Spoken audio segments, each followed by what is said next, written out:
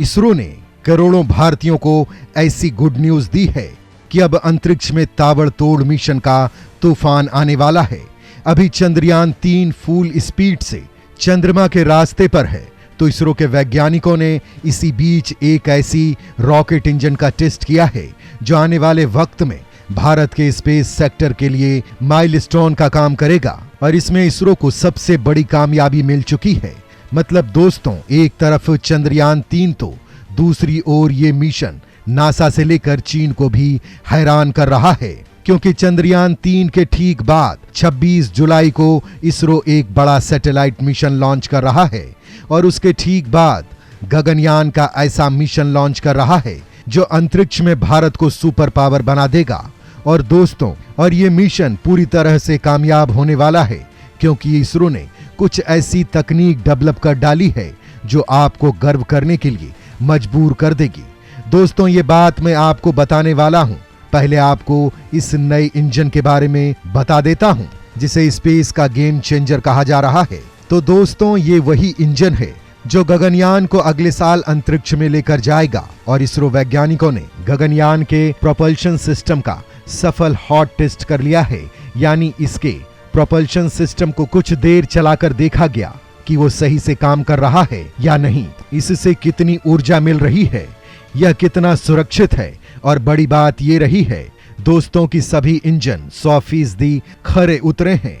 दोस्तों, ये बात जितनी आसान लग रही है ये उतना ही क्रिटिकल है, क्योंकि गगनयान का ये सर्विस मॉड्यूल प्रोपल्शन सिस्टम यानी SMPS ही असली खेल करने वाला है। ये सिस्टम ही ऑर्बिटल मॉड्यूल यानी गगनयान के कैप्सूल को ऑर्बिट में लेकर जाएगा।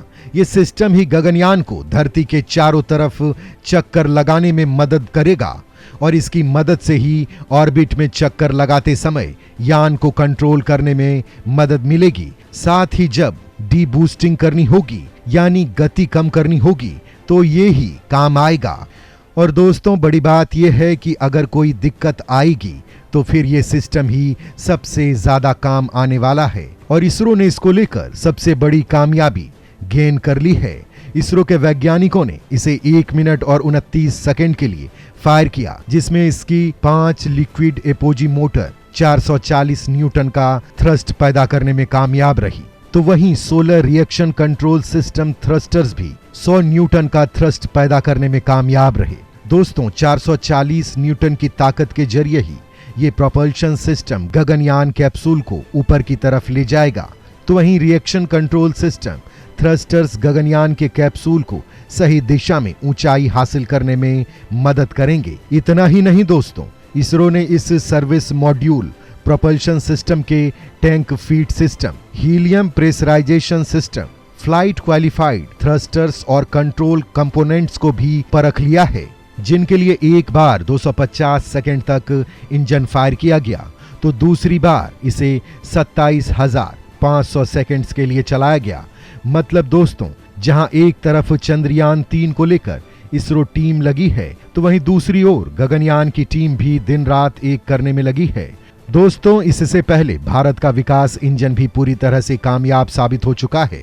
इसरो ने गगनयान अंतरिक्ष मिशन के L110 स्टेज के लिए ह्यूमन रेटेड विकास इंजन बनाया है। विकास इंजन एक लिक्विड प्रोपेल्ड इंजन है जिसका विकास इसरो ने किया है। इस तरह के इंजन का यूज PSLV रॉकेट के दूसरे चरण में, जबकि LVM-3 के दूसरे चरण के साथ स्ट्रेप ऑन फेज होता है और अब ह्यूमन रेटेड विकास इंजन बनाया है। भारत के सबसे ताकतवर रॉकेट LVM-3G के कोर लिक्विड स्टेज को शक्ति प्रदान करने में होगा। तो वहीं कुछ दिन पहले ही इसरो गगनयान का धांसू सेमी क्रायोजेनिक रॉकेट इंजन तैयार कर लिया है, जिसकी कामयाबी से दुनिया में जलन मचा दी है, क्योंकि इसरो अब केरोसिन ईंधन का यूज करके 8,000 से ज्यादा टन वजन वाले भारी भरकम सैटेलाइट को चुटकियों में लॉन्च कर डालेगा। दोस्तों, चंद्रयान 3 को जिस भारी भरकम रॉकेट LVM-3 से रवाना किया है, उसके बाद इसरो ने ऐसे सेमी क्रायोजेनिक इंजन बना डाला है जिसमें फ्यूल के तौर पर केरोसिन का इस्तेमाल किया जाएगा। बस इसे आप ऐसे समझ सकते हैं कि आज की डेट में क्रायोजेनिक इंजन रॉकेट्स में सबसे ज्यादा यूज हो रहा है। और ये इतना ज्यादा क्रिटिकल होता है कि इसे केवल अमेरिका, रूस, भारत, चीन और जापान ही बना पाए हैं। इसकी भारत ने साल 2014 में पहली लॉन्चिंग की थी। अब आप जान लीजिए कि सेमी क्रायोजेनिक उसका भी बाप है। दोस्तों, ये है भारत की सेमी क्रायोजेनिक इंजन की असली ताकत। रॉकेट लॉन्च करने के दौरान ज्यादा शक्तिशाली थ्रस्ट यानी धक्का उत्पन्न करता है। अभी वाली सेमी क्रायोजेनिक इंजन 2000 kN का थ्रस्ट पैदा कर रहा है।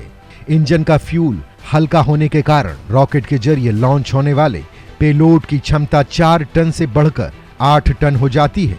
ये केरोसिन अभी यूज हो रहे हैं लिक्विड फ्यूल यानी कि लिक्विड ऑक्सीजन और लिक्विड हाइड्रोजन के मिश्रण के मुकाबले बहुत हल्का होता है।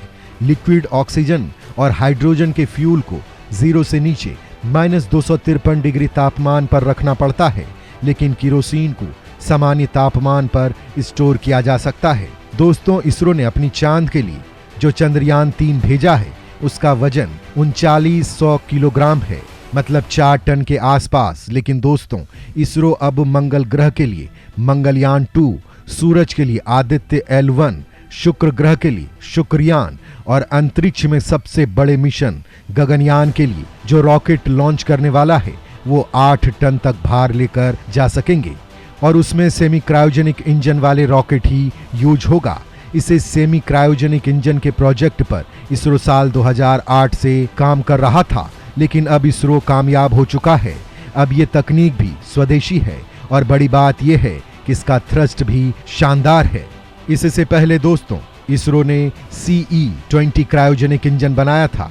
CE-20 क्रायोजेनिक इंजन को भारत के सबसे ताकतवर रॉकेट LVM-3 के लिए बनाया गया था, जिसे अभी चांद के लिए रवाना किया है। वो इंजन 22 टन तक का थ्रस्ट पैदा करता है। 22 टन थ्रस्ट का मतलब है कि ये इंजन रॉकेट के वजन समेत 22 टन यानी करीब 22,000 किलो वजन को लिफ्ट कर सकता है। अब दोस्तों, आप सोच रहे होंगे कि आखिर ये क्रायोजेनिक इंजन आखिर क्या बला है। तो आमतौर पर सैटेलाइट लॉन्च करने तक रॉकेट इंजन 3 प्रमुख स्टेज से गुजरते हैं। पहले स्टेज में इंजन में सॉलिड रॉकेट बूस्टर्स का इस्तेमाल होता है। इसमें इंजन में सॉलिड फ्यूल होता है। इस स्टेज में सॉलिड फ्यूल जलकर रॉकेट को आगे बढ़ाता है, तो ये हिस्सा रॉकेट से अलग होकर गिर जाता है। दूसरे स्टेज में लिक्विड फ्यूल इंजन का इस्तेमाल होता है। लिक्विड फ्यूल के जलने यानी दूसरा स्टेज पूरा होते ही ये हिस्सा भी रॉकेट से अलग हो जाता है। तीसरे और आखिरी स्टेज में क्रायोजेनिक इंजन का इस्तेमाल होता है जो स्पेस में काम करता है। इसे क्रायोजेनिक स्टेज भी कहते हैं। दोस्तों, क्रायो शब्द का मतलब होता है बेहद कम तापमान, यानी ऐसा इंजन जो कि बेहद कम तापमान पर काम करे उसे क्रायोजेनिक इंजन कहते हैं। और इस क्रायोजेनिक इंजन में फ्यूल के रूप में लिक्विड ऑक्सीजन और लिक्विड हाइड्रोजन का ज्यादा इस्तेमाल होता है। इन दोनों गैसों को लिक्विड में कन्वर्ट करके -183 डिग्री से -253 डिग्री सेंटीग्रेड पर स्टोर किया जाता है। लेकिन दोस्तों, अब इसरो ने ये सेमी क्रायोजेनिक वाली नई तकनीक हासिल कर ली है और इससे रॉकेट बहुत ज्यादा ताकतवर बन चुका है। और दोस्तों, अब अंतरिक्ष में भारत के एस्ट्रोनॉट्स को भेजने वाले मिशन की अग्नि परीक्षा होने वाली है, जिससे इसरो वैज्ञानिकों की धड़कनें भी बढ़ी हुई हैं। अगले महीने इसरो अपने पहले ह्यूमन स्पेस फ्लाइट प्रोग्राम यानी गगनयान का पैड ऑर्बिट टेस्ट करने जा रहा है। अगर यह मिशन सफल होता है तो भारत यह तकनीक हासिल करने वाला दुनिया का चौथा देश बन जाएगा। दोस्तों, ये टेस्ट इतना खास है कि पीएम मोदी की टीम भी इसकी लगातार मॉनिटरिंग कर रही है। इसे आप ऐसे समझ सकते हैं कि भारत की बेटी और नासा की एस्ट्रोनॉट कल्पना चावला जब अंतरिक्ष से वापस धरती पर आ रही थी तो उनका विमान धरती के ऊपर ही क्रैश कर गया था और सभी एस्ट्रोनॉट मारे गए। अगर उनके पास इस तरह की तकनीक होती तो वो सभी बच सकते थे। मतलब ये तकनीक बहुत ज्यादा महत्वपूर्ण है।